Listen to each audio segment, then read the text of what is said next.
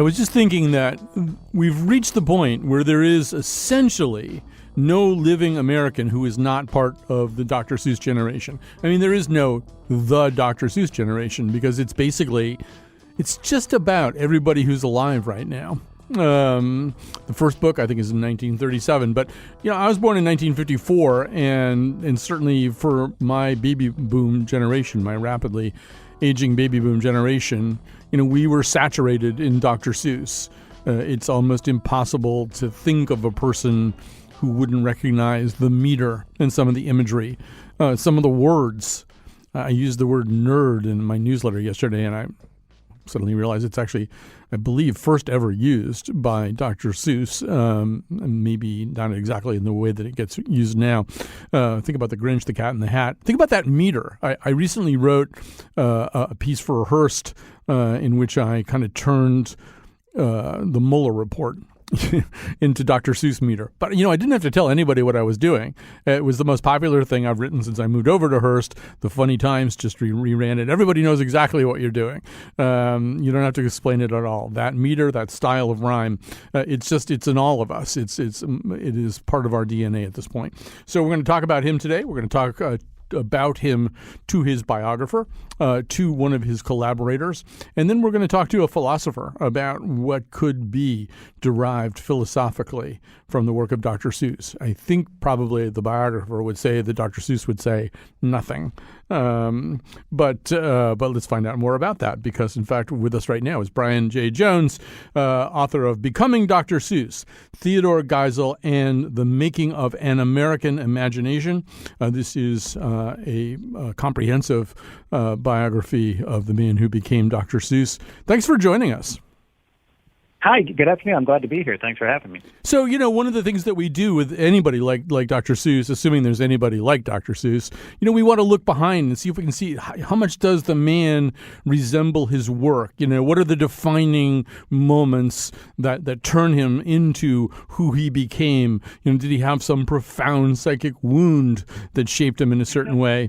And in the case of this man, born in Springfield 115 years ago, I think the first thing we notice about him, one of the early things we notice about him, although he's very interested in rhyming and drawing, pretty much from the get-go, is how unlikely he is to become a success. This is a guy who kind of chafed under any kinds of tasks or rules or educational discipline, and as a result was not voted most likely to succeed. Yeah, he's not one of these guys like Steven Spielberg who is filming his trains crashing into each other from age 8. Like right. we can't see the trajectory of his life from very early on. And you're absolutely right. He's not a great student. Once he gets into College of Dartmouth, he's still not a great student, and he gets into try to pursue his doctorate at Oxford, and he's a even worse student there. So he's on these sort of different trajectories throughout his life, and that was one of the reasons that I called it Becoming Dr. Seuss, because he really fascinated me in that you can't see from day one where he's going to end up, and there's any number of times in his life that he could have become something else entirely. For example, the first trajectory of his life, if we want to just talk quickly about this, is, after he gets out of Oxford, he gets into becoming a cartoonist and sort of lucks into a career doing advertising. And advertising, he's a hugely successful advertising man, sort of a 1920s Don Draper. And that's paying his bills for most of his early part of his career. It was, he was very successful at that. Children's books were secondary to him at that point in his career. He actually, there's a product called Flit, I believe, that he winds up doing. And I don't remember this ad. I might just have missed it generationally, but it's an ad that people remember. Yeah, it was sort of a "Where's the beef?" ad. That probably tags my age when I say that at this point, but it was this huge advertising campaign at the time. Flit was a bug spray, and the tagline that he had put on it was "Quick Henry the Flit," and it was always, in every ad, it was bugs ruining some sort of event, and people were saying, "Quick Henry, give me the Flit so I can kill the bugs." That tagline became this huge phenomenon. People, comedians could use it as a go-to joke, and people would write songs about it. So, he created this huge sort of viral marketing campaign back in, 1929. Also in this general period, he's in New York, and he's also working for a while as a freelance cartoonist at a time when you could kind of do that when that was, a workable model where you could make some money. And at that time, he's drawing cartoons that as a lot of people have pointed out, don't wear very well against the sensibilities of 2019. Yeah, he was. It is hard to believe. First of all, you could make a living selling one-panel cartoons to Vanity Fair and Judge magazine at that time, and he does end up landing a pretty good gig as the regular sort of paid cartoonist at Judge. But a lot of his cartoons sort of rely on not a lot, but many of his cartoons rely on the sort of easy stereotypes prevalent at the time. I went back and looked at the art and the advertisements and the comic strips he would have been reading at the time, and they're all very much in line with that. Those very easy stereotypes for African Americans and Chinese people, and the Irish and Jewish people, and even for him, if he would draw a millionaires always had on the spats and the top hat and the monocle. That was like the Monopoly man. So he falls very easily into those easy stereotypes. He does get much better about that. I think, as he even said at one point in his career, I look back on those things and they seemed funny at the time, and nowadays I'm not so sure about that. He has a reason to be sensitive about this kind of thing anyway. Growing up, born in 1904, so growing up in perhaps the first really heavy World War I induced wave of anti-German sentiment. He grows up in a very German family, and he's identifiably German, and that's kind of not cool with a lot of people. Yeah, he had stories that, scarred him for the rest of his life. He would talk about when he was going to his first year in high school, running home from school, people throwing coal at him and saying, "Kill the Kaiser." So he was, he really had some sort of terrible memories of being discriminated against by association, which I think is why later in his life during World War II, when he's drawing cartoons that are pretty insensitive to even to the Japanese American, the internment camps. It's something he should have known better because he had experienced that guilt by association. He really fell for it. That, I think, is probably the lowest point in his, sort of political outlook, and not a good look for him because, again, in that particular case, he really should have known better. He had experienced that kind of discrimination himself. Right. There's an odd juxtaposition. I just on Monday recorded for future air with the same producer who's producing your segment, an interview with George Takei, formerly Mr. Sulu, who is still very scarred by the Japanese internment experience and by indignities that were foisted onto his parents, and his voice shakes when he talks about some of these things. So yeah, it's just an interesting juxtaposition between him and Geisel. So whenever I read a book like this, I'm almost bracing for the moment where my mouth kind of drops open by some interesting juxtaposition of people. Like you read Deborah Solomon's biography of Norman Rockwell, and you find out that Eric Erickson was his psychotherapist, and you think, what? And so one of my what moments in your book is that World War II brings together the future Dr. Seuss, Theodore Geisel, Frank Capra, and Chuck Jones, who's really the seminal genius, I think, behind the Warner Brothers Looney Tunes cartoon. So Frank Capra, who's Frank Capra, Chuck Jones, and Ted Geisel are all working together on a project. And it was really kind of Capra shepherding everything and maybe even deciding that Jones and Geisel, spotting something early in Geisel and thinking, yeah, maybe he should work with Chuck Jones. Tell us more about that. Yeah, I think Capra knew they were a good fit. So in World War II, Dr. Seuss was too old to be drafted. He was 39, so he enlisted, and he got assigned to the Signal Corps, stationed out in Hollywood. And so they were stationed on the old 20th Century Fox lot, so they always called their base Fort Fox. And his big assignment was Frank Capra, who was his commanding officer, wanted him to develop these cartoons to teach and train the soldiers. You have to remember that in World War II, almost half the soldiers, or a high number of them, were illiterate. And you could give them the best intention and most beautifully written brochures on how to apply, mosquito repellent so you don't get diseases and you don't get malaria, and they couldn't read them. So he brings in Dr. Seuss to sort of come up with this character, and it's a character that Capra had been nursing called Private Snafu, who basically illustrates how to do things the military way by showing you what happens if you don't do them right. It's basically showing you how to do everything wrong and what the consequences are of that. And most of these cartoons end with Private Snafu getting blown up or beaten up or exploded, or something falls on him or he ends up dead. So the consequences are always very high. So he brings in Dr. Seuss to write these and storyboard them. And Capra really teaches him, first of all, the real talent it takes to write a script concisely. At one point he tells Dr. Seuss, I'm going to go through your script with a blue pencil, and I'm going to underline everything in the script that advances your plot. And if I hand this back to you and there's no blue, you have a real problem. And so Dr. Seuss, for the rest of his life, said, that really taught me the value of conciseness and getting to the point and being able to make plot king, which really drives his workday going forward. And Capra was smart enough to pair him with Chuck Jones, who was a civilian at that point, over at Warner Brothers. And Chuck Jones at this point isn't the Chuck Jones we all know and love. I mean, he's sort of an up-and-comer at this point. He hasn't done any of the classic stuff that we all know him for. But a really good fit. These two guys have a very similar sense of humor and really sort of speak the same language. And they put together this really astounding, fun series of cartoons. You can go onto YouTube. They're public domain, so I can tell you this. You can go onto YouTube and Google Private Snafu, and you can find all of them on there. And they're these, little 6-minute cartoons. Hugely important to the war effort. And it was something that Dr. Seuss was always really proud of. But that pairing together is really fun of, Capra, Chuck Jones, and Dr. Seuss. And the other big lesson that Dr. Seuss learns from this is how to storyboard, because he has to storyboard animation. That is something he would apply to his own books, again, for the rest of his life, essentially drawing every page on a piece of paper, pinning it to a wall, and then moving pages around. That was a practice that he adhered to and taught other writers that after World War II. So just to give people kind of a sense, we can't obviously show you any clips of some of this work, but let's hear one of these features, one of these animated features that Dr. Seuss was hired to work on to warn people about things like spies.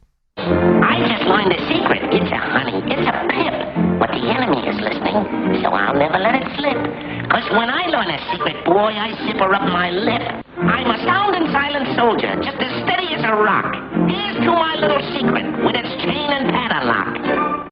So you can hear a little bit of Chuck Jones and a little bit of that Seuss rhyme scheme in there. Yep, yeah, and the very familiar sounding voice, but written in that very Seussian verse. You know it the minute you hear it. Right. So, Brian Jones, one of the things that I think emerges in this book, one of the things that, and feel free to object to this, but one of the things that strikes me anyway is that this guy, Geisel, one of the things he doesn't do is wear anybody else's yoke very comfortably. He bridles and he chafes against people trying to tell him what to do, people trying to make him do things a certain way, people want him to act like a normal person. These are things that he's not particularly interested in. I mean, starting in Dartmouth, the reason that we even get this name, which I think was supposed to be pronounced Seuss, is because he's gotten kicked out of his humor magazine and he wants to keep working. So he makes up a name, right?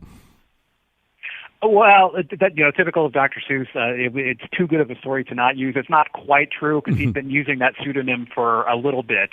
The timing worked out because the magazine in which he used that pseudonym appeared the same month that he was kicked off the magazine for drinking during Prohibition, we have to remember. But the timing worked out so well that it was a story for the rest of his life. He would say, I essentially hid behind that Dr. Seuss pseudonym because they told me I couldn't contribute to the literary magazine that I was editing.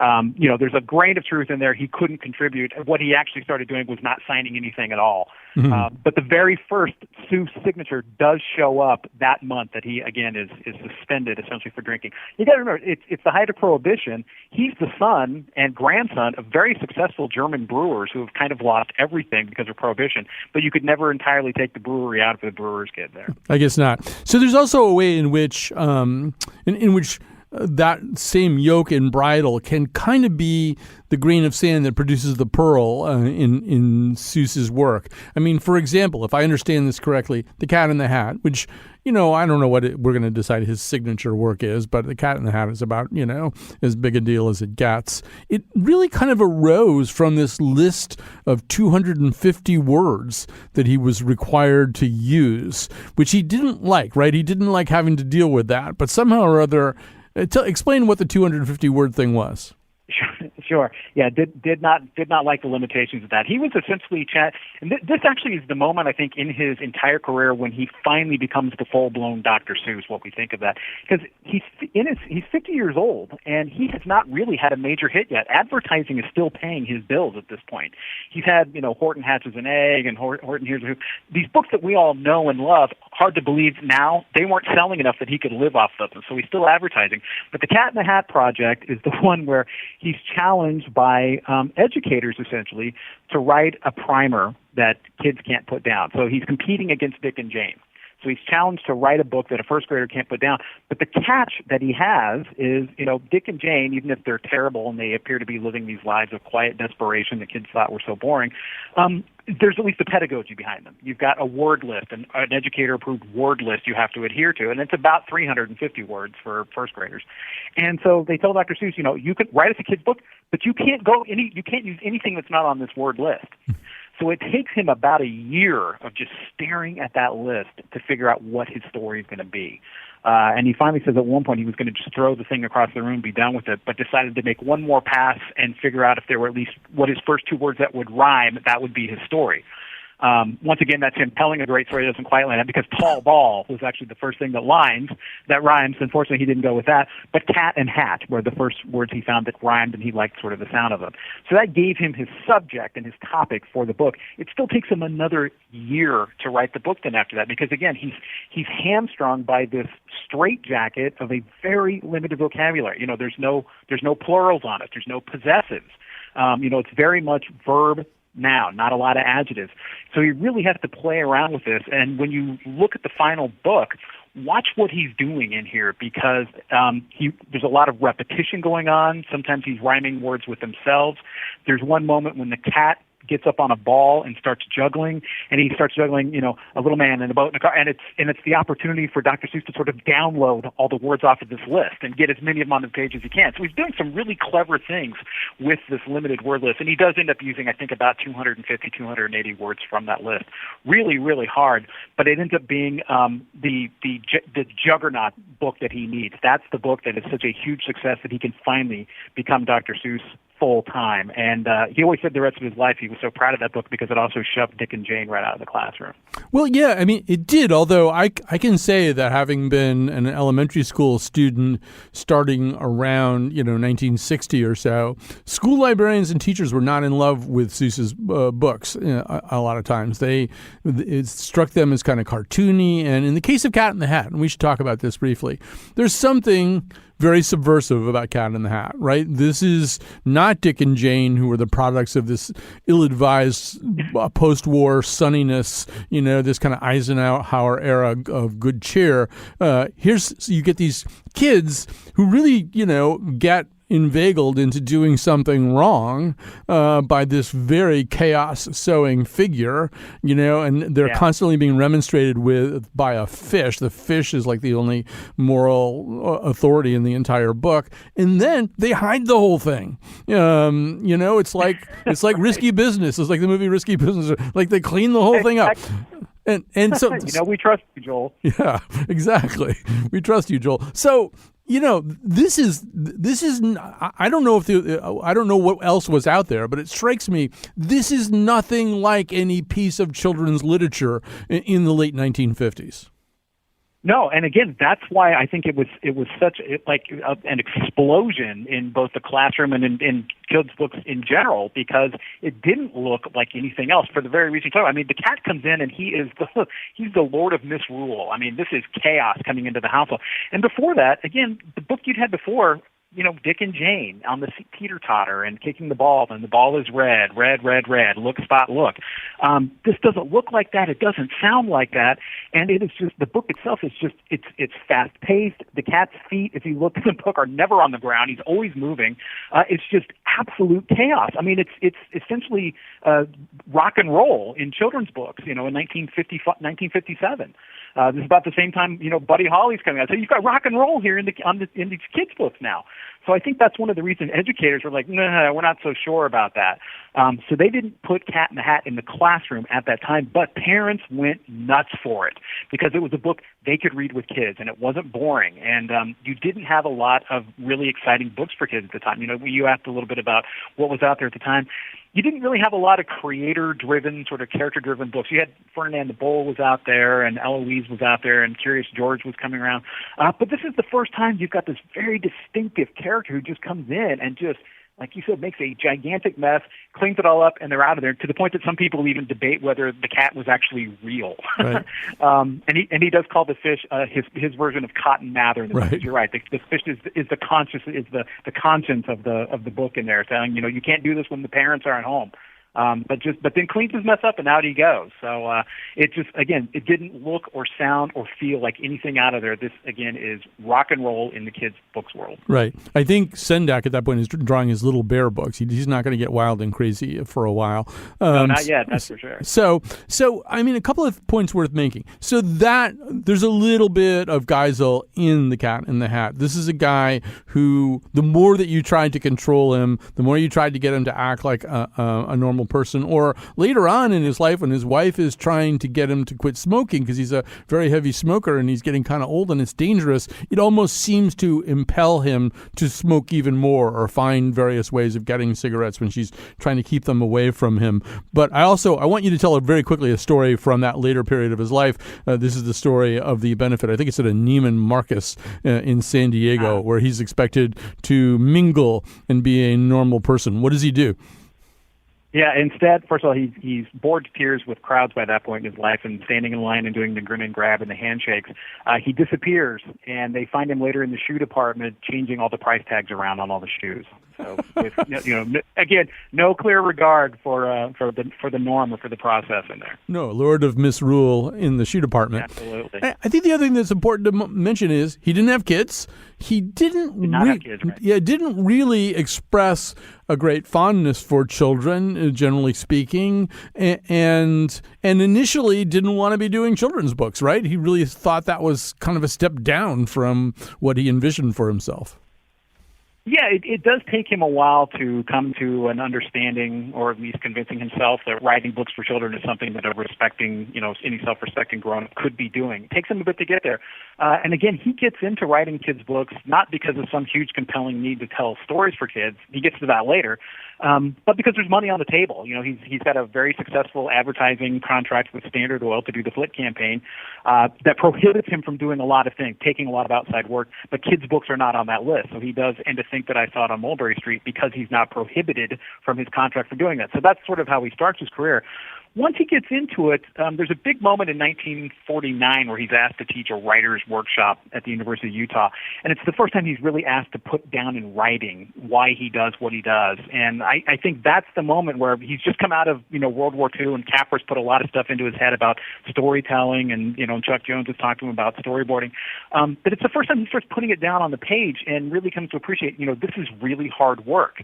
But one of the things he also puts in his classroom notes that's so important, and I think this is what really defines him in his work, is he keeps reminding these writers, don't you dare write down to a child. Right. They will see right through you. They're the smartest readers out there. They will see you coming a mile away. And the other thing he kept telling them is stop writing books that you think that you as an adult think kids should be reading. He called those the bunny books, and that was the worst thing he could ever call a book, was a bunny book, because he thought that was patronizing the children. So I mean that's a huge moment. That's a watershed moment in children's literature. It's Dr. Seuss coming out and saying, stop treating them like they're stupid. Talk to them, not down to them. It's really, really huge. This also is something that later on, Sendak, who I think is maybe the closest thing to Seuss, although never with quite his penetration and pervasiveness, he kind of says the same stuff. Like, don't worry about whether my books are scaring your kids or introducing all kinds of disturbing imagery. They already have disturbing imagery in their heads. They're kids. Right. They'll be fine. Yeah. Right. All right. Let's grab a quick break here. We're going to add to our conversation somebody who emerges as a character, you might say, in Brian's book. You'll meet her after this. It ain't little my Dr. Seussness. Oh, call me Dr. Seuss. Dr. Seuss. Dr. Seuss. Dr. Seuss. Dr. Seuss. Dr. Seuss. One fish, two fish, red fish, blue fish. There's something to be said about the pervasiveness of Dr. Seuss. I mean, he really is. As I said at the top of the show, he's kind of everywhere, and he's in everybody's head, and he's in everybody's, the meter is in everybody's minds, and even like the way, like I haven't looked at this book. Well, let's see, my son is 29 now, so I'm going to say I probably haven't looked at this book in 22 years, but I'm pretty sure I can do. Look what we found in the dark in the park. We will take him home. We will call him Clark. He will live at our house. He will grow and grow. Will our parents like us like that? we don't know. All right. So meanwhile, I'm not the only one influenced by this. Here's none other than the redoubtable Ted Cruz in the midst of a filibuster. About Obamacare? Is that what this is? Okay. That Sam I am, that Sam I am. I do not like that Sam I am. Do you like green eggs and ham? I do not like them, Sam I am. I do not like green eggs and ham. Would you like them here or there? I would not like them here or there. I would not like them anywhere. I do not like green eggs and ham. I do not like them, Sam I am. We're going to get complaints about that. People are going to say, boy, that actually wrecks Dr. Seuss, hearing Ted Cruz read it. And read it inelegantly, I might add. All right, joining us now is someone who knew a lot about Dr. Seuss in his golden years because she knew Dr. Seuss. Kathy Goldsmith is with us, former art director at Random House Publishing and longtime artistic collaborator with Dr. Seuss himself. Thanks for joining this conversation. I'm pleased to do so. So maybe just tell us what it's like to be thrown into the orbit of somebody who's already such a titan, such a giant. It must be hard to walk up to Dr. Seuss and say, hey, I'm going to be your new collaborator. Well, you're certainly accurate on that point. I was 28 when I first met Ted. He was, I'm thinking, 72, and clearly the most famous person I'd ever met then, and probably to this day. And it was just amazing because it never occurred to me that I would have the good fortune to work with somebody of that stature. Did you know that you could call him Ted? Did you know how to address him? I did not. In those days, so I'm talking 1977 when I met him, you didn't call people by their first names, and if I had, my mother would have killed me if she'd found out. And I think he actually knew that I didn't know what to call him. Everybody in the office called him Ted. They didn't call him Dr. Seuss. They didn't call him Mr. Geisel. They called him Ted, and I just couldn't bring myself to do it. So being the person that he was, he leaned over and said very quietly in my ear, you call me Ted and I will call you Kathy, because if you don't, I will call you Little You. And I thought, oh my gosh, I will be known for the rest of my career as Little You Goldsmith, and we can't have that. So I did call him Ted, but it was not easy to do so initially. So in terms of working with him, collaborating him, I gather that obviously your role would have been heavily oriented towards the visual as opposed to the verbal side of his work. And I guess a lot of times it had to do with color, right? Yes. With the exception of 3 of his books where Ted actually painted the art in full color, most of the time he drew black line art and used flat colors fill in areas that he designated. And so while the early books are in limited color palette, if you think of something like, well, even The Cat in the Hat, where you have tones of red, tones of blue, and black, you don't have the full gamut of every color of the rainbow. Later on, by the early to mid 60s, he's using full color in his books. And then he had lots of choices as to what color the boy's shirt would be, what color the rug would be, etc. So a lot of times we would talk about color. Yes. And when you talked about color, once again, you're a very young person. He is a titan. It probably isn't easy to say, well, I think this should be a different shade of blue or something like that. How open was he to other people's ideas? Well, I think he was open to some ideas, but you have to also remember that Ted's sense of color was so uniquely his own that when you first run into it, you can't actually participate in a discussion of it on any kind of meaningful level. You've got to learn a little bit about it first. So I do remember one time we worked, he had made a deal to do a couple of jigsaw puzzles, large format jigsaw puzzles with a company, and he said to me, why don't you take a shot at figuring out what the colors would be first, and then I'll take a look at what you've done and we'll fix it up. And I thought, okay. And I sent it out to him, and he came back and he said to me, your snow is too white. And I thought, oh my goodness, what does that mean? And I should have known better. He said to me, your snow should be, and he gave me the number of a color off of this color chart that we used for him at that point in time. I thought, that snow, that's not white. That's like a pale mint green. And But I tried it, and I put it in position. And in point of fact, in the composition, even though it wasn't white, it functioned as white. So I should have known better than to doubt him initially. But yes, it took a while to figure out his sense of color, for sure. So last May and June, something happens that happens every single year, which is that a book called The Places You'll Go goes rocketing back up the bestseller list because it's everybody's graduation gift and is such a go-to book. This is something you were kind of in on the creation of this, and I think I remember from Brian Jones's book, didn't you have to transport it back on a plane or something in a box?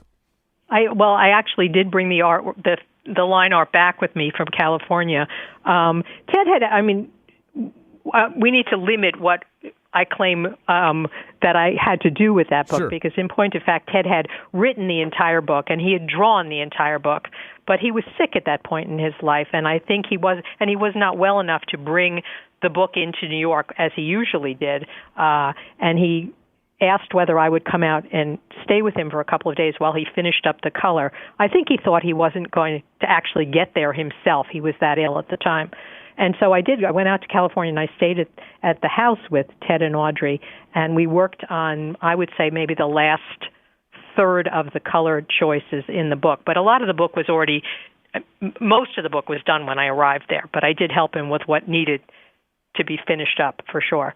So and it's, people, even when the book came out, I think some people thought, oh, wow, he's saying goodbye to us. And although I don't get the feeling that that's exactly what he thought he was doing, it was more like a benediction, right? It wasn't so much goodbye as you're going to be okay. I agree with you on that point. I think that these were things he'd been thinking about for a while. He wanted to put them together, but I think he also wanted to say to readers that life is a journey, that you take some zigs and some zags, but ultimately you'll be okay. So after his death, you turned into the person people call when they find something or something new pops up. So tell us about What Pet Should I Get, how that came to be discovered and published. Well, I was in my office here at Random House one day, and I got a call from Claudia Prescott, who had been Ted's longtime assistant when he was alive and who stayed on with Ted's widow, Audrey, after he died. And she said that she and Audrey had found a box in the closet that had some things in it that she thought Random House would be interested in seeing. Could we come and take a look? And I thought, sure, because I'd never had a phone call like that before, and I couldn't imagine being invited out to see, something that wasn't of interest to us as a publisher. So my boss and I were on a plane about 3 days later on our way to California.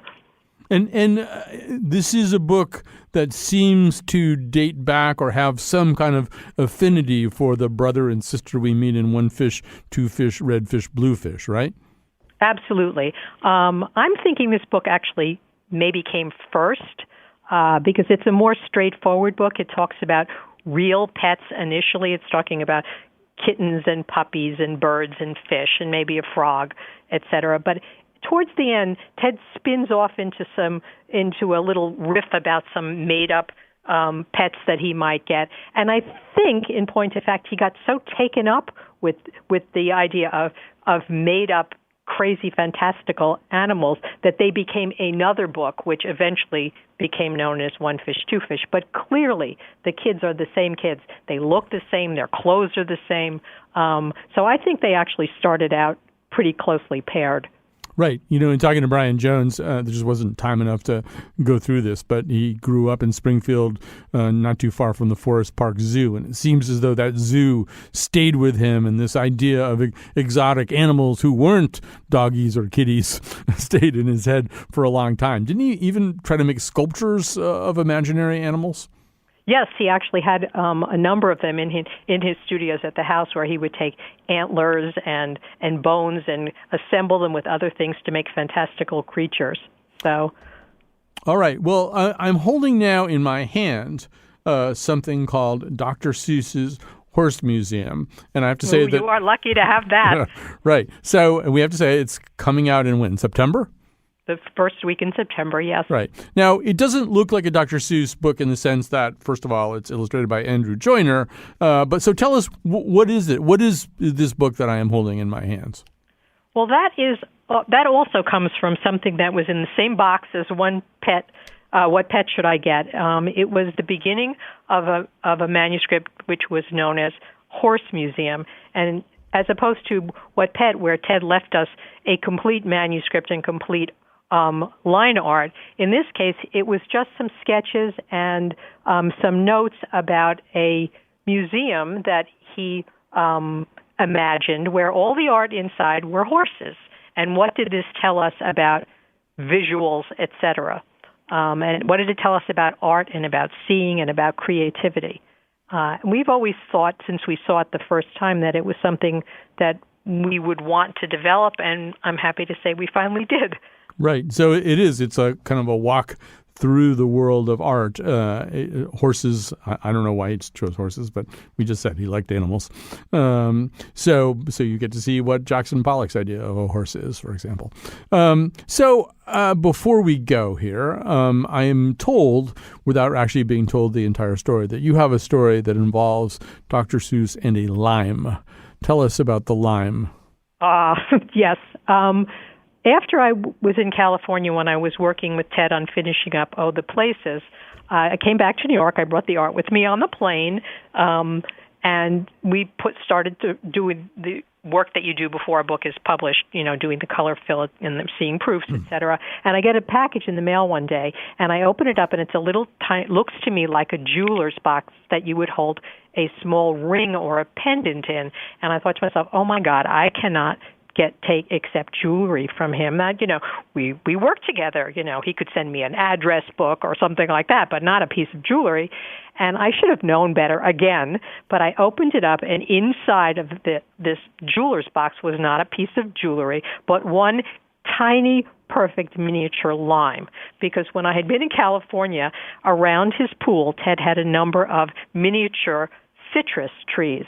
And the note that came with my lime was, enclosed to the newly elected vice president of the Meyer B. Meyer lime tree, enclosed is your share of this year's harvest. Parentheses. The cat gets 1/3, I get 1/3, and enclosed is your third. Okay? So that was one lime is what I got. And I thought, this is just too wonderful, just absolutely too wonderful. And it sort of shows you that he was funny, and he could be wickedly funny as well. So whatever became of the lime? I did I should have bronzed it, but I did what he told me. I made a gin and tonic with it. All right. Yeah, that's one of the most famous gin and tonics ever consumed. Kathy Goldsmith, a delight to talk to you, former art director at Random House Publishing and longtime artistic collaborator with the great Dr. Seuss himself. Thanks for talking to me. Thanks for talking to me. Enjoyed it. Okay, now we're going to end up with somebody who has explored the question of Dr. Seuss's philosophy. What can we divine about his philosophy, or about philosophy in general from his books? I will be explaining my theory of the Apollonian and the Dionysian as expressed in The Fish and the Cat in the Hat. With fantabulous pictures that playfully pleased. He wrote about wax and rockets and zoos and hunches and punches and Horton and Who's. All right, I should point out that this show was conceived of and produced.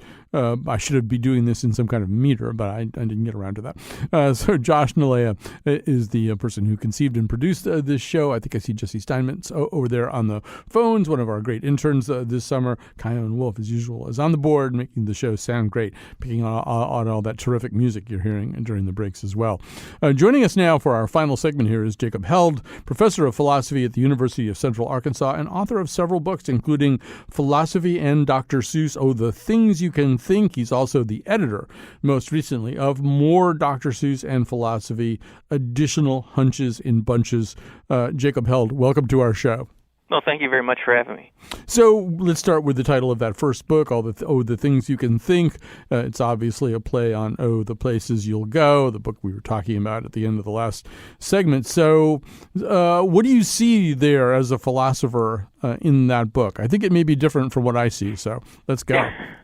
Well, the way I conceived of the book was seeing Dr. Seuss as a vehicle for kind of teaching philosophy. So it's not really looking at Seuss's philosophy, trying to put words into his mouth or anything, but it's very much trying to see if there's ideas, if there's ways to use his parables to help kind of explain the deeper questions that philosophy asks. And the basic idea for me as a philosophy teacher who teaches 18-year-olds who come to college and have never had philosophy was, how do I make this stuff that I've spent my life learning accessible to people, right? I find it valuable, but very few people are going to take the time and energy necessary, nor should they, to sit down and make it through Hegel or make it through Fichte or Kant.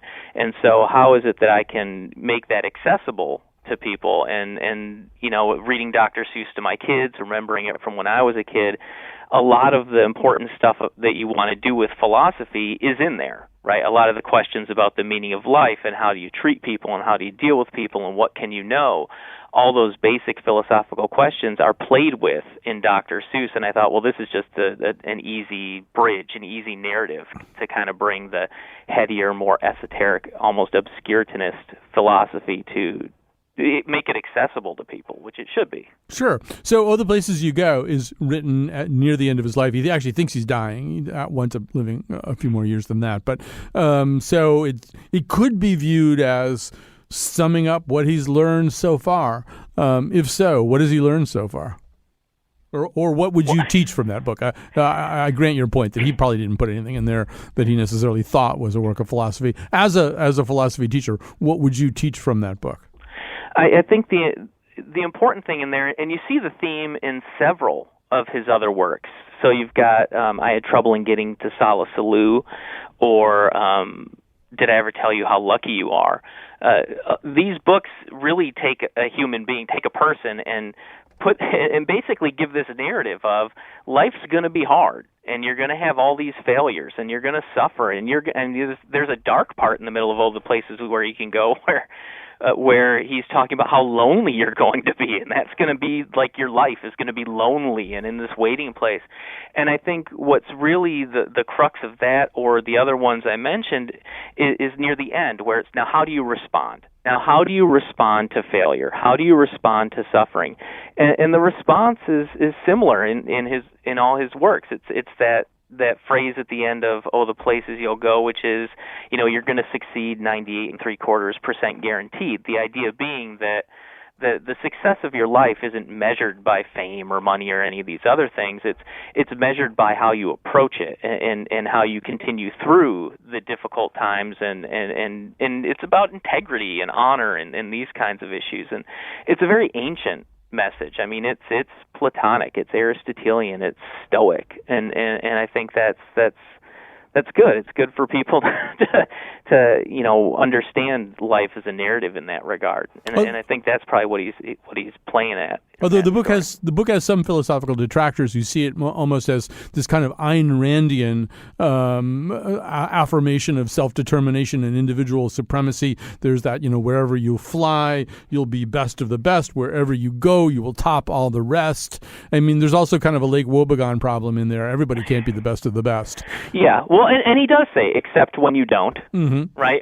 Yeah. So I think he is kind of, I mean, there's that.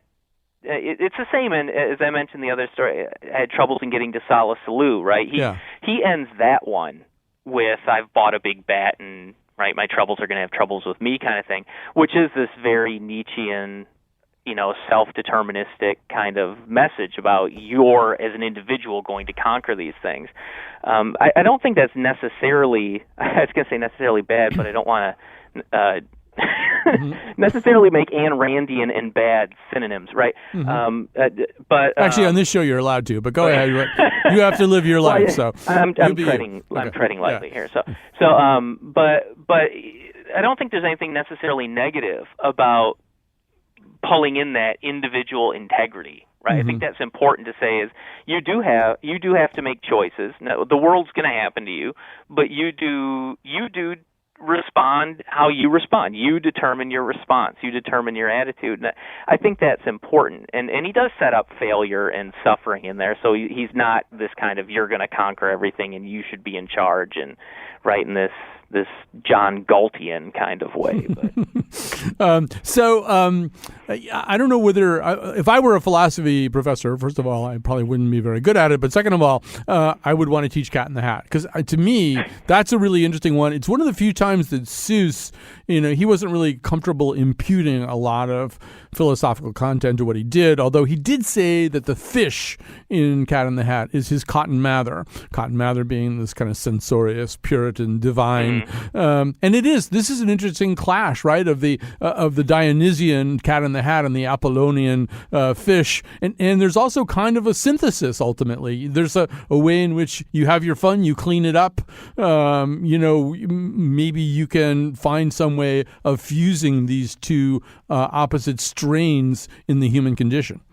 Well, and a sense that you trust the children, right, that they get it right in the end.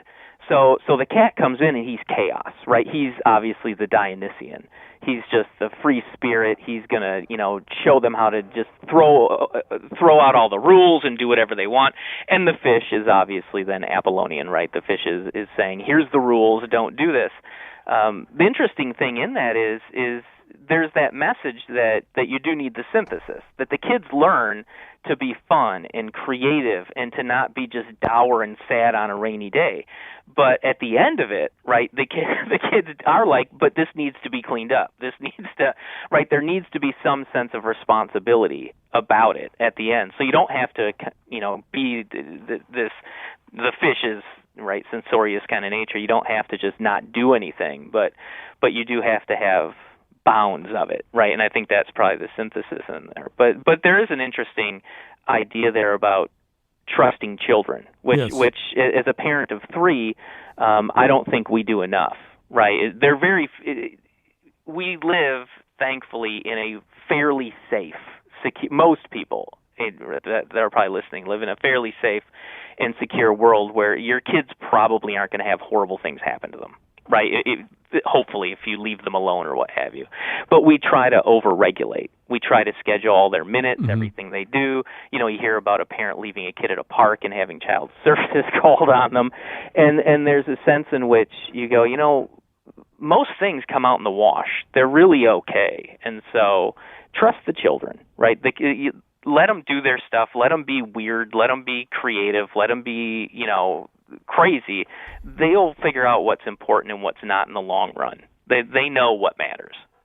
So we've only got about 2 minutes left. It might be, if we could quickly do this, talk about the Sneetches. I think Theodore Geisel said that the Lorax was his only piece of actual propaganda. But the Sneetches, the Starbelly Sneetches and the Plainbelly Sneetches, who engaged in these arbitrary acts of prejudice, probably echoing a little bit the prejudice Geisel experienced as a German American after World War I. This is a pretty philosophical thing he's tackling. You got about 60 seconds. You can teach us a mini class. Well, the obvious lesson of the Sneetches is the racism that you don't want to judge people by their appearance, that we're all fundamentally the same. But I think more interesting is an aspect of it that gets lost, which is the consumerism. It's not fundamentally a story about racism as I think it is about classism, that you're saying if you can buy the star, you're worthwhile, and then you pay to get it taken off. And it's this idea of trying to buy worth and buy self-worth through consumption.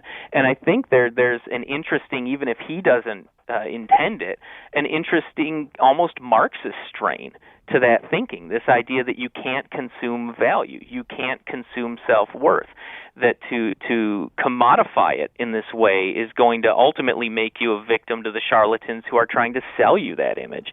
And so I think there's an anti-consumerist message there, and this idea of self-worth coming from within.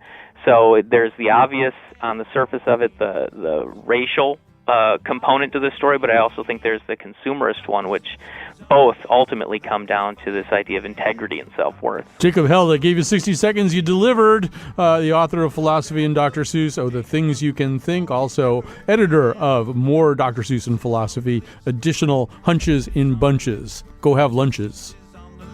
Again.